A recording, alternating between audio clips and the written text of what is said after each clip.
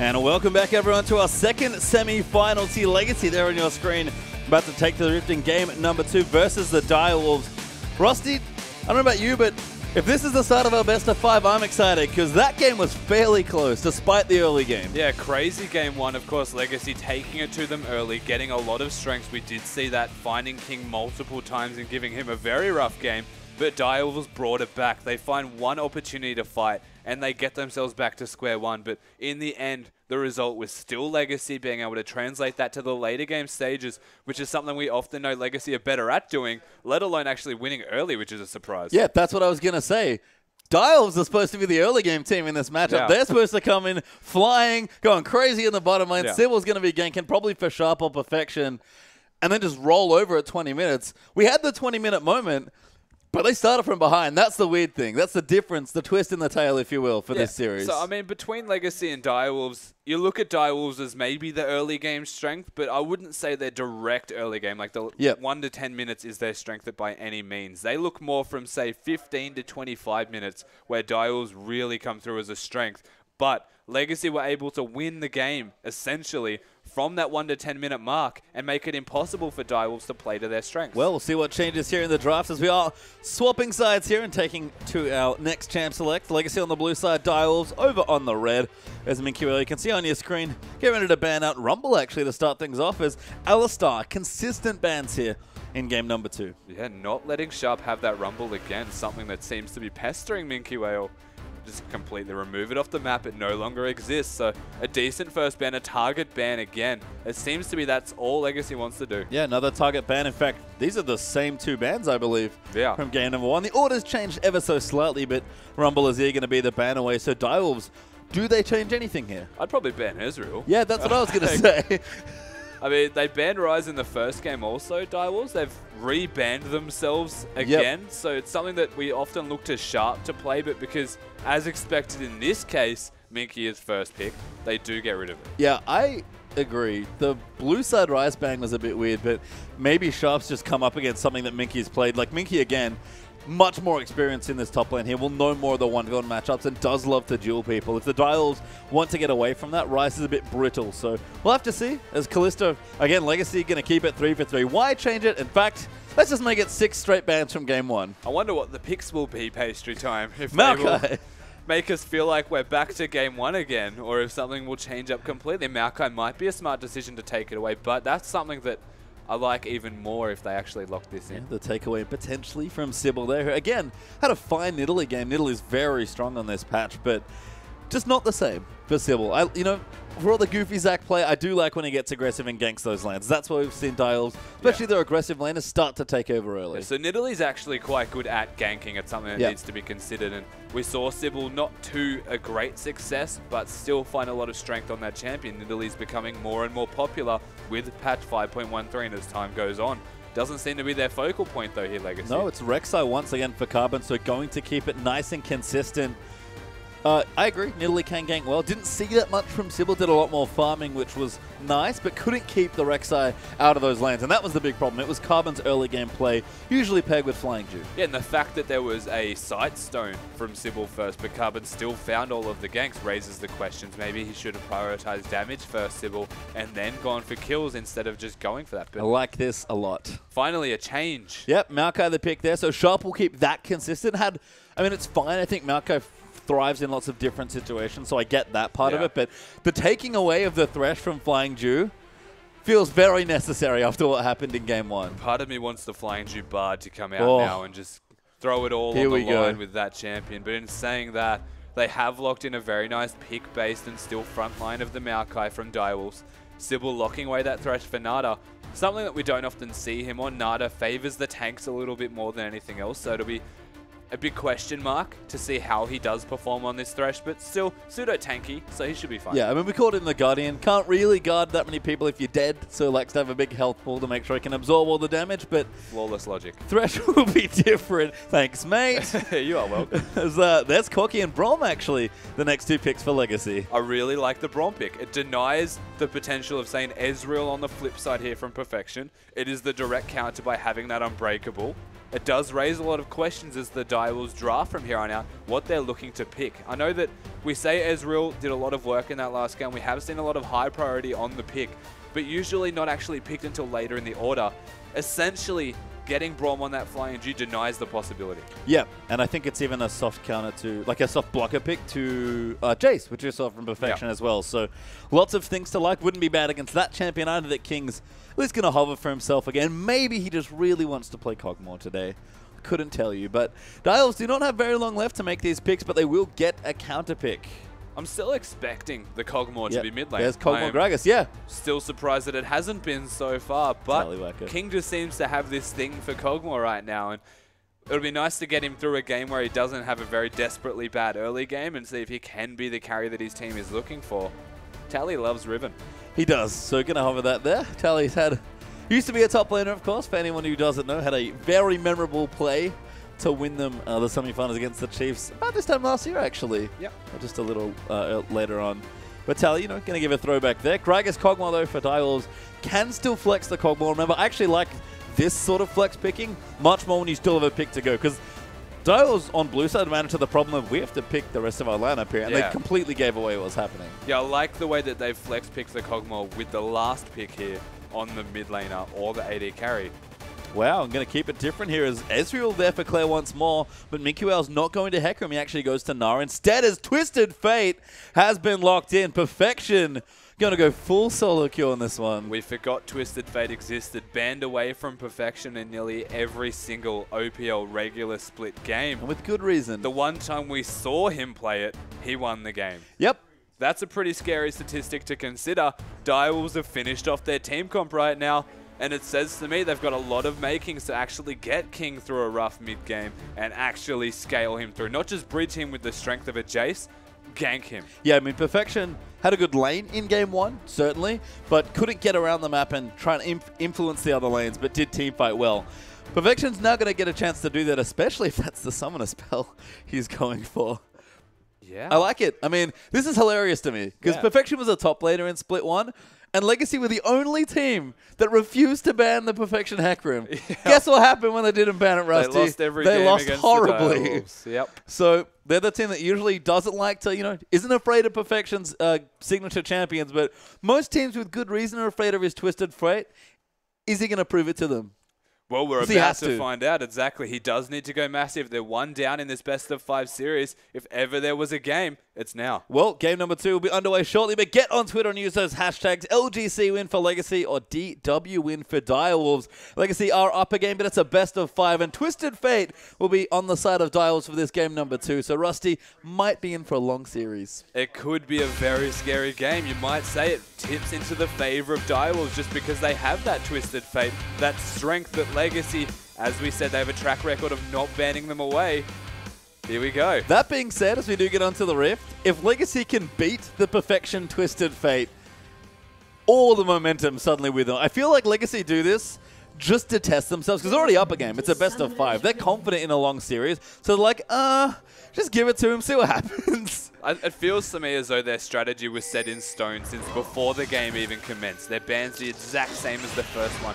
No adaptation actually taking place just yet. So until a loss actually shakes the Legacy side up, they might just stick to what works and give away the Twisted Fate. He does have teleport too. Yeah, that was what I was noting. The summoner spell is teleport there for Perfection, so you can tell he wants to get around the map as much as possible. He's like, you guys are going to gank King? Fine, I'm going to gank you guys. I guess it says to me, even in a weird way, they may be looking to 1-3-1, but I really don't think that's a smart idea. I don't know where the teleport comes into effect post 20 minutes in this game. Well, Perfection is a very well-known Twisted Fate player in Oceania. We'll see what he can get done here on the champion. But Direwolves, plenty of other good elements here as well. I mean, we saw what the comp did for Direwolves in game number 1. It almost managed to find themselves a win through that mid-game, but we're going to keep some things consistent. The changes, of course, though, not on a different champion, but, still a playmaker, still be fine. It's Sybil on Gragas that might be the biggest difference in the early game, and certainly once level 6 rolls around, Perfection wants to be all over the Rift.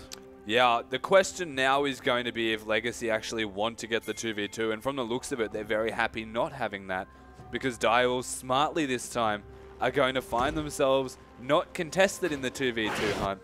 they're going to be alone. Yeah, you can see there's vision everywhere, very deep into these lanes, and King is going to wait out the trinket timer once again, so he will not be spotted, even popping himself into Fog of War. Very adorable stuff there, but both teams get vision down. Direwolves bother to invade this time and get that vision. As a result, they will get the lane we expected them. I guess, sorry, that we assume they want, given their movements in games 1 and 2. Yeah, definitely. Direwolves looking for that perfection. Going aggro. in. He's just going straight in. Hit level 2. I think he might have gotten a cheeky jungle camp. Maybe it's just a mini wave, but Claire, level 1's going to eat some harass here. Yeah, that's crazy. You see Claire actually smited the Raptors, by the way, at level 1. Just, he gets the buff, but he also doesn't take it away. It allows the junglers to have a better time, work around Minky and Carbon hanging out together. That's pretty cute. Yeah, I mean, we saw the Legacy gank squads last game. Flying Jew pretty quickly running towards the middle, and their perfection does have to watch out for ganks this game. Braum, one of the better persons or champions that can hold hands with the jungler and walk around and gank. The passive that comes from Braum, allowing you to get that stun after 4 auto attacks, is just phenomenal.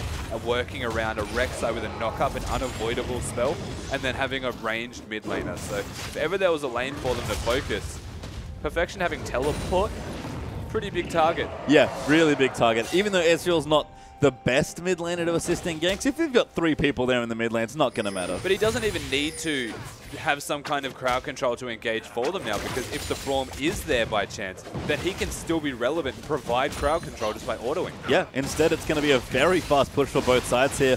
Vertical jungling means that the junglers and top laners did follow them, but Sharp King going to start this tower off, and there's 3 people already in the bottom side for for Legacy. I'm interested to see how the gold distribution goes from these turrets being taken down if they look to get gold onto one exclusive member. Perfection. Getting ganked now. Claire and Carbon have come in. He'll draw a gold card, has a stun, but is going to get forced out of lane. In fact, he might just run top and make sure the tower dies. He'll probably just teleport back. He does have that summoner spell conveniently available, as he's not level 6, he's not going to ultimate back towards his lane, so that's something nice to fall back upon. Yep.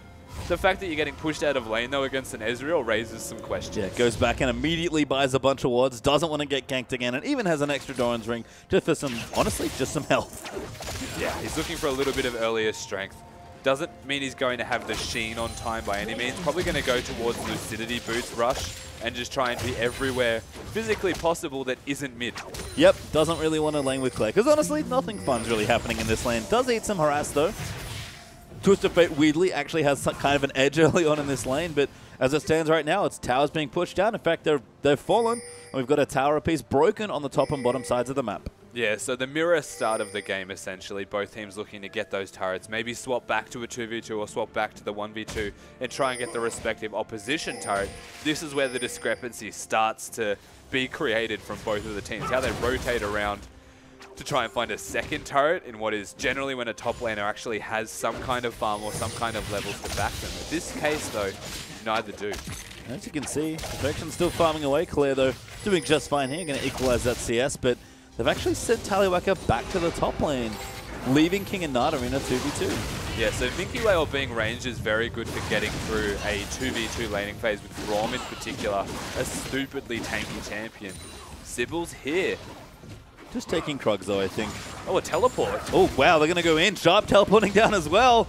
Going to line up the dive. They've kind of closed the trap here. Just waiting for the minion wave. There's no Mega Gnar yet. Minky needs to start auto-attacking. Perfection. No, he didn't teleport in. They are going to go in. Good double lock up there from Sybil. Flying Jew gets picked up by Nada. King taking the turret, I believe. But First Blood once again goes to a support. They've managed to do well, though, to not die. King in particular tanking the turret for no reason. They find themselves a very nice pick. The fact that Minky got away, though, is really unfortunate because his jump got cancelled as he tried to defuse the situation. So very unfortunate. In saying that, smart use of the teleport. The saving grace of Legacy is that they've actually got a Corki just sitting in the top lane left to his own devices in a 1v0 matchup where he can freely farm. Yeah, and maybe get the tower as well. That's my question. Looks like Nada flash hooking onto Carbon. Gonna ride Sybil in there as well. Perfection's also here. Needs to land the stun. Does get it. Ulti up from Ezreal as Carbon. He's forced to flash out, but Claire, he's gonna just pile on the damage. Flying Jew gets the slow Perfection, drawing another stun, but he's now gonna get chased down. Good stun onto Flying Jew, but Claire's still chasing Nada. Gonna look for the hook, but he'll miss the next one. Flying Jew still going. He's only level 3. Sharp here as well. They're going to find it onto Claire. Perfection gets the red card just for some damage. Gets Claire and Carbon as King. Now coming down as well. And it's an absolute chaos here around the mid lane. They flash forward. They want it. They'll take the kill as Sharp gets it. And it's so scrappy, but that favors the Direwolves. It definitely favors the Direwolves. They had the numbers advantage. Flying Jew putting himself in a very awkward position, to say the least. Throwing down the Ignite and the Q to try and zone away Perfection from any further usefulness. But as we can see, he was definitely still useful in that. And what was, I guess, a big mistake and an over-aggressive stay from Legacy is backfired. Yeah, and Direwolves capitalize well with that skirmish now. About 1,500 gold ahead, and crucially, the bottom tower falls there. That's actually where most of the gold lead for the Wolves is, but Tallywhacker did not get the top turret. No, he didn't. Of course, being there by himself, what was going to be a full health turret, it takes a very long time for a Corki with a Sheen to actually get that one down. So a lot of free farm. He's found himself with some nice experience, but he's still being matched by King. Yeah, and King is not nearly as far behind as he was on his Cogmore in game number 1. So things looking better here. Perfection goes back as well, has a Sheen for himself now, and level 6 on the Twisted Fate means that sort of skirmish erupts again. Perfection can be there in an instant. His teleport's back up as well. Yeah, he can be everywhere on the map in an instant. Yep. He can ult somewhere, teleport back if need be. It's very difficult for Legacy to do exactly what they're doing now and look to get objectives when they have a Twisted Fate that can be everywhere. Smart timing here from Legacy, though, able to take away the dragon. So they'll get that for themselves. Take the first dragon once again here in game number 2. But you can see bottom side King just trying to hold the wave there as best he can, collect what farm he wants. And the Direwolves, they got their kills. They're just going to relax, and they've sort of reset back into very happy farm lanes. They have, and it's exactly what they're looking for here, though, Legacy, to farm and just try and scale to a point of strength where they are actually almost superior in terms of their fighting capabilities. The Trinity Force rush, though, from King is nice to match that of the Corki. And then you have a look at the top laners, they're just going to be tanks anyway. So it comes down to execution as to how the mid-game goes, because they're both scaling to that exact same point. In saying that, Direwolves very good at working around having a Twisted Fate, whereas the Ezreal needs to walk there and only really has an ultimate to be able to impact other lanes. So a nice pick into the Ezreal is Twisted Fate. It is. It's been nice so far. And Cliff's keeping up in CS, of course. Kind of as expected for the young, mechanically gifted player. But I think the other news for me, honestly, is looking in the top lane. Sharp is fairly significantly ahead of Minky. Well, Minky's actually just catching up now. 30 to 20. Oh, he has a kill as well. So he's also down in experience. Yeah, that's true as well. Actually going to go aggressive here, but Sybil is here as well. Perfection is getting chased down by Ezreal, so he can't join in. Minky really wants it. He doesn't have his ulti. Not that close either. But he really wants it. Also going to come in. Can't dodge the bolt of those shots, forced to pop his ultimate. And Perfection just can't leave this lane. Sharp's going to get 1v4'd in the top lane and will finally fall to Tallywhacker. It took a while, but they get themselves a Maokai right there. The blue buff secured from Tallywhacker, but this is why they've actually gone in and been so aggressive, is that they've got a Cogmore sitting bot. Yeah, trying to punish King for freezing teleport. Mid lane now, Sybil, Lanterns away. Perfection not going to fall for that one. Lantern, the saving grace of that situation. They do lose their top turret though, so it has been completely evened out in terms of turret-based objectives, 2-2. They've still got a freeze in the bottom lane though. King has been sacrificing his own health bar to ensure that the minions stay somewhere where they're not going to reset at the turret, and that he can just go for the Trinity Force in one big bite. And Legacy are not stopping, although now they'll back away from the turret towards the jungle and take that out instead. Perfection was looking to the top side, does have his Lucidity boots now as well, so can join pretty quickly with the ultimate or have it back relatively swiftly there as well. Dial's really being patient with this early game. You talked about it. It's not aggression that we usually see from them, especially against top teams. They like to play much more reserve, but when they hit that 20-minute mark, they usually hit the ground running. They usually turn on the aggression and just go all in for it. They stop farming, they start trying to get kills, and just turn that aggro to max. And this is something that, considering we're 11 minutes in the game, and they have not even really reached their stride or their max strength in terms of what they play like as a team, it does go a very big way for how they're going to perform when they hit that period. Flying Braum pick looks genius here though, because actually not bad against TF either. Perfection's trying to do what he can to clear this out. Dive being set up, but Carbon just going to whack the turret here. It's Perfection forced away clear with only Nada for help. King Finally backs off from the bottom side, but he doesn't even have the Trinity Force. It's just a Sheen now added into that phase. Which is still big. Yeah, He's managed to find himself 14 CS ahead of his lane opponent in Tallywacker, but given the Tally found the kill in the top lane, all he's really done is caught up a little bit. Keeping in mind, the King was the one rotating around the map whilst Tallywacker was farming in the top lane, so it's essentially reset the AD carry. I like that King has clearly been favouring this poke more, but the Dials are doing much better this time around to set him up with the early game farm. That lane swap was nice to kick things off, but it's been pretty quiet, honestly. 12 minutes in, Dragon's not up for a couple more minutes, so not looking at that yet, and no real towers to push down. Mid lane especially, going to be a nightmare to clear out from these mid laners. Yeah, it's really hard to siege a turret against this Direwolf side when TF is in the lane. If TF is not there, then it's actually quite easy to do so. The Cogmore has some wave clear, but he runs out of mana very quickly if he's using his spells to ensure that there is no minion wave there to deny the legacy push. So it does revolve a lot around Perfection. This is the question mark that I was going to raise, is why he's gone for that teleport when he's the one that needs to actually be there in scenarios to provide wave clear. Otherwise, sieging just becomes really easy. You can see Claire as the Ringglaive now just happily firing away, pushing, in fact, easily out pushing the Dials. Perfection will clear this out again. 4 in the mid lane here for Legacy.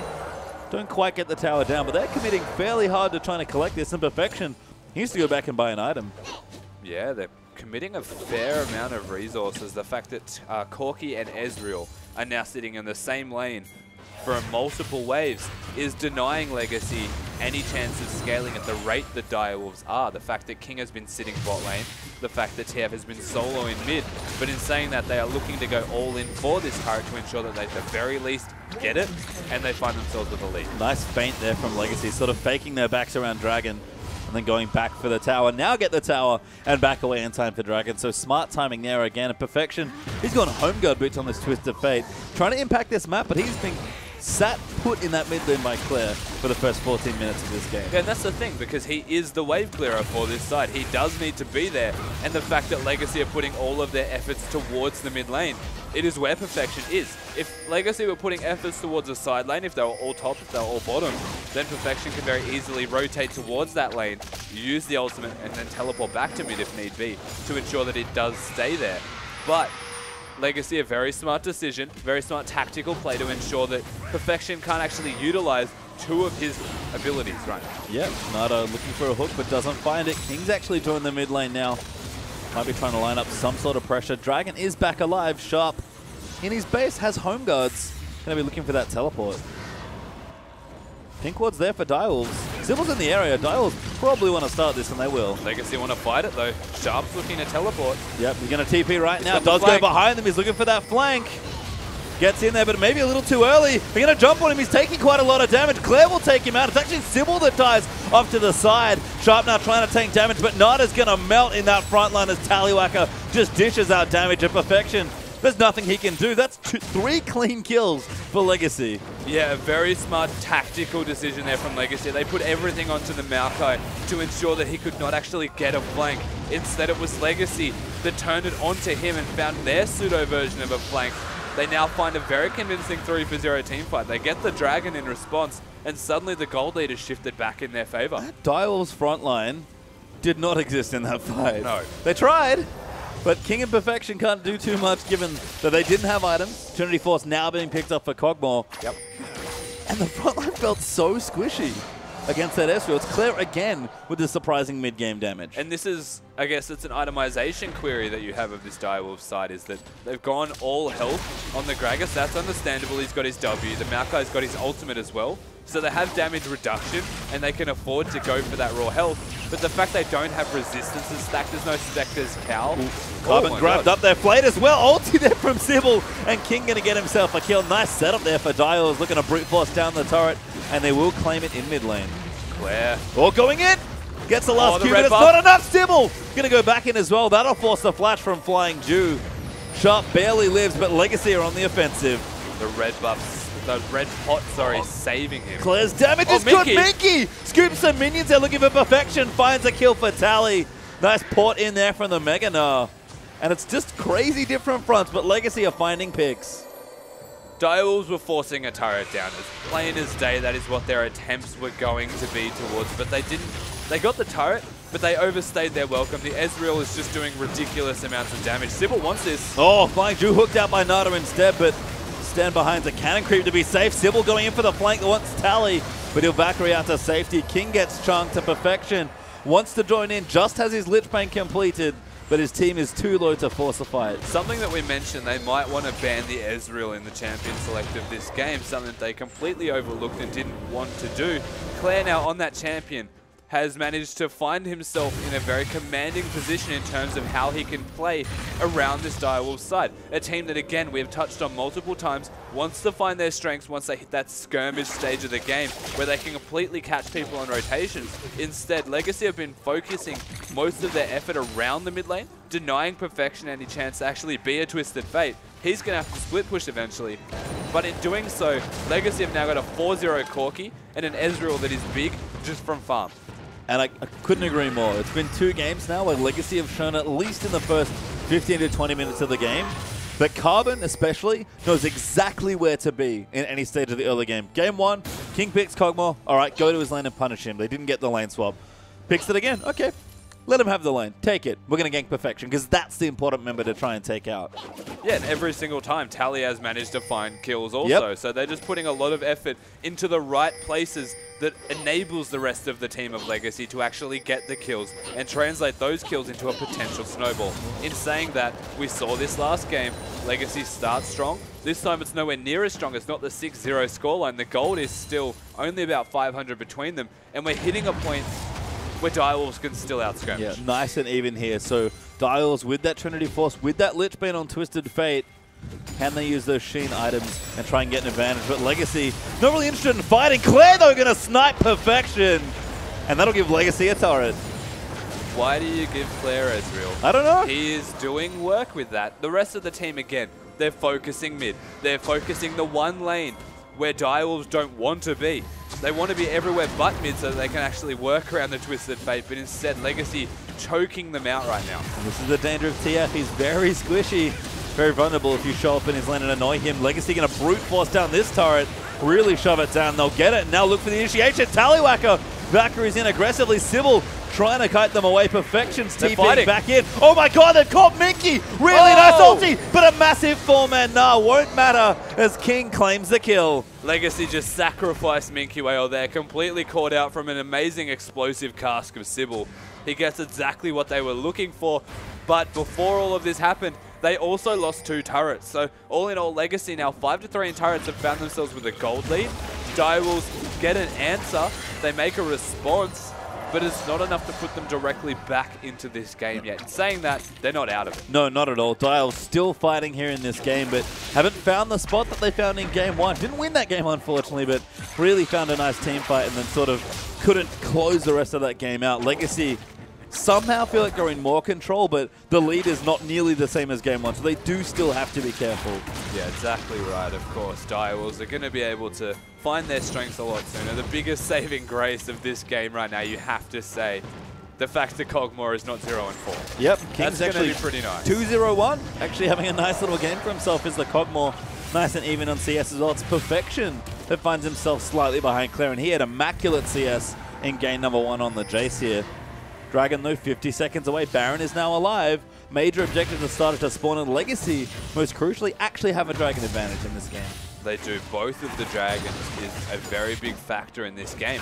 It's something we've mentioned in the first game, is that the gold always favors the objective if you're comparing a tower to a Dragon, but Legacy have both. They're in a great position in terms of objective closeouts in this game. Yep, found a pink ward though. King will spit on that, make sure that goes away. Carbon tunnels out to safety. The Dials are going to contest with this Dragon shot nice and early as King eats about 40% of his health bar from an Ezreal ulti. The Ezreal's massive, has all of his items, which is so weird to say, for the makings of a death cap. He has the Amp Tome with the needlessly large rod and the blasting one there. So not too far away from that spike, and considering his damage was that high without a death cap, that's pretty scary. Yeah, Claire's only going to get stronger. We saw it in game 1. What happened is Legacy do go into the Dragon. Shuffle TP in again. They have to fight. They found Minky. He's in Mini-Nar form. That's a good pick, but he hops away. Perfection getting jumped on, but Sybil cleans him out. A Sharp dives into the backline, but King's going in. They've caught Claire with an amazing explosive cast, and Kings reap the benefits. The kill goes in. Perfection looking for the flash. Gold card. No. He's not in range. He doesn't have his ulti. It's just about to come back up. Minky's going to run away. King will chase out Braum. Direwolves are split, but they get the kills. This is going to be a wild goose chase that'll probably go on for a while. Perfection has his ulti. There it is. Who's going to chase him out? Does get him before he executes himself. He was on the way to executing himself as well, that's for certain. Thankfully, Perfection has a teleport to engage and then the ultimate to follow that up at the end of the fight. Don't even worry about it. Can always be there. I mean, indirectly, it finds a strategic team fighting-based decision as the Twisted Fate can use his ultimate in a fight to reposition or to catch someone that was otherwise going to escape. So the fact it can teleport in is nice. But we're going to see the replay of this fight. Minky gets caught, but manages to get away with his life. In saying that, Carbon destroyed. Sharp actually lives as well. So the tanks finding a trade-off that actually favors Direwolves. Claire goes down immediately. Sybil hitting another good explosive cask. Perfection and King, the carry's still left standing, so they're able to just utilize that fact. What? What the hell? Pop back straight in, and there's a Baron attempt from Legacy. They're just destroying this, but Minky, he's going to get hit it by Nada. Sharp has to go in. They've got 2 smites. I don't know if the Dials can contest. Sybil's going to be in the area. Doesn't get it. Carbon smites it away, and that gets stolen out from Direwolves. Completely unprepared for the Baron right there. Sybil was too low to be able to actually deal with that. He could not go into the pit and smite it away. Carbon picks that one up and try as Sharp might to secure that one with some kind of spell. He was never going to outdamage the smite. No one actually really touching him until it was gone, so his ultimate was not going to do any damage. Decisive Baron there from Legacy once again in the series. Gives himself a little bit of breathing room. Still ahead, off about 2,000 gold. Not a massive lead like it was in game number 1, but the Dials haven't been fighting nearly as hard as they were with the Jace pick. And all of a sudden, Dials, who look like they might have got some momentum, suddenly find themselves having to wait a couple more minutes.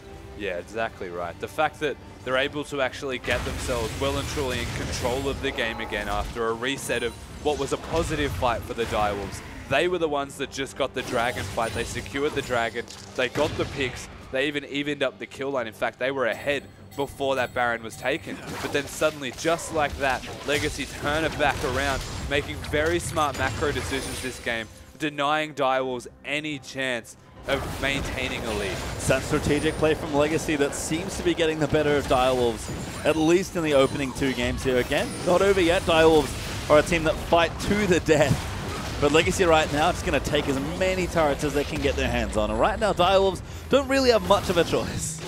Yeah, I mean, the Direwolves are just going to have to like try and get through what is going to be a very big Baron spot. Look at Tallywhacker.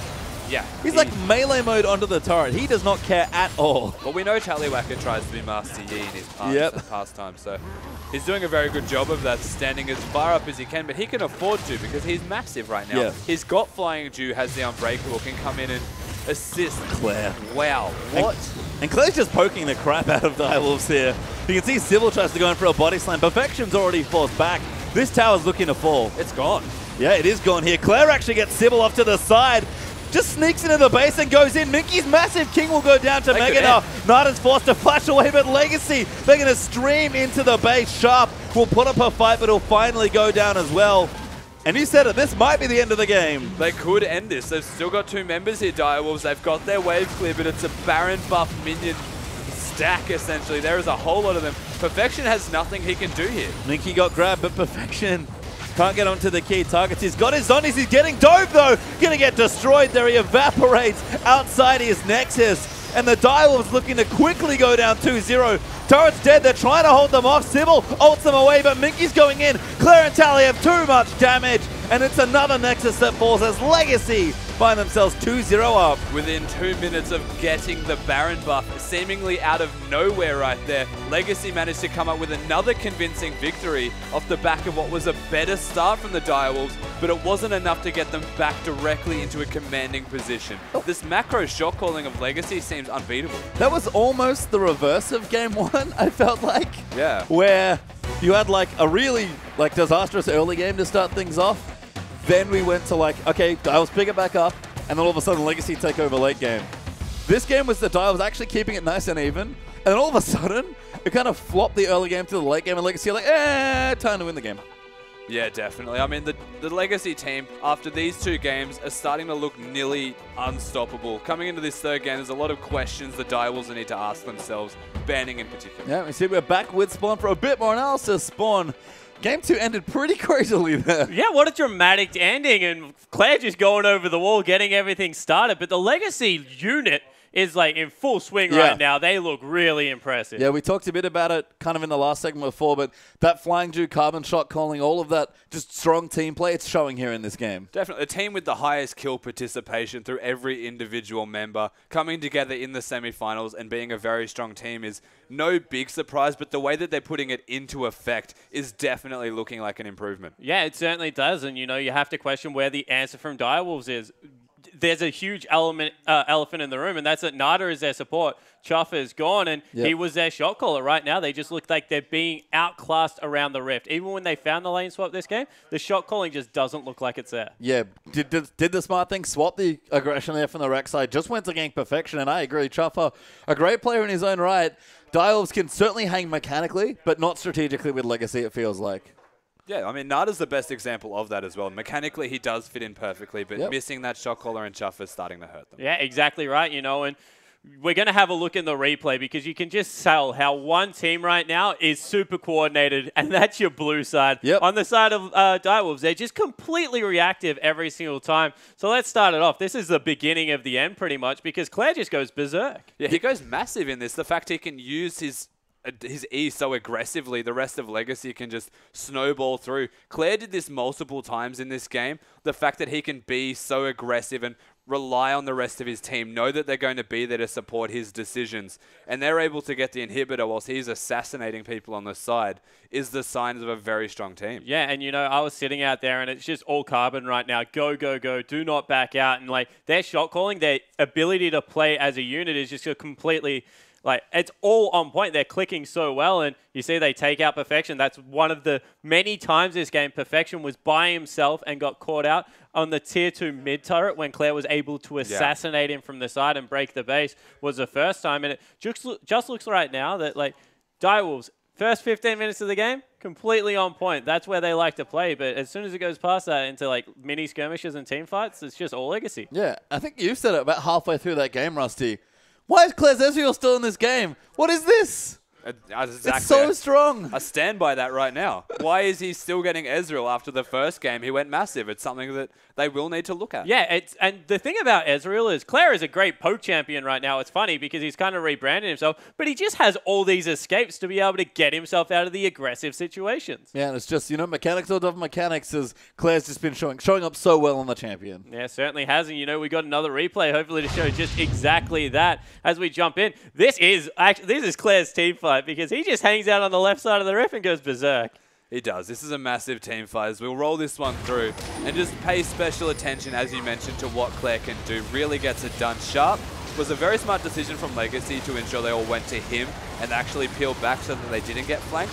But Claire sitting on the sideline, as you said, able to put down that hurt while the rest of the team went for a Maokai, really forces them into an awkward position. And the Tally was a beneficiary there because Claire did like 90% of the damage. Tally was a person that secured the kills. It meant that at 13 minutes he went back, got the Trinity Force, got the Sork Shoes. Yeah. He's in complete Corky mode right there. And I love the fact that they keep putting on him because like we call him a melee AD carry sometimes. Gatling gun just shredding everyone. Yeah. And I guess that's the thing is like we've seen 2 games now. Legacy look very strong in both, especially strategically. But we've seen their 2 carries on the same 2 champions. So if you're Dials, I think you have a pretty obvious like hallmark for change here in this game because the bans have not changed in 2 games. It's funny, even the drafting, so the bans were the same. The picks from Legacy were entirely the same, and you need to change things up, Dials. Yeah, I think that it's going to dissolve to team fighting anyway. Just get Perfection on Vlad somehow. Yeah. Well, we'll see if that happens. The Dials have to dig deep. We will go to a break, but when we return, can Legacy take a 3-0 sweep or the Dials start fighting back in game number 3?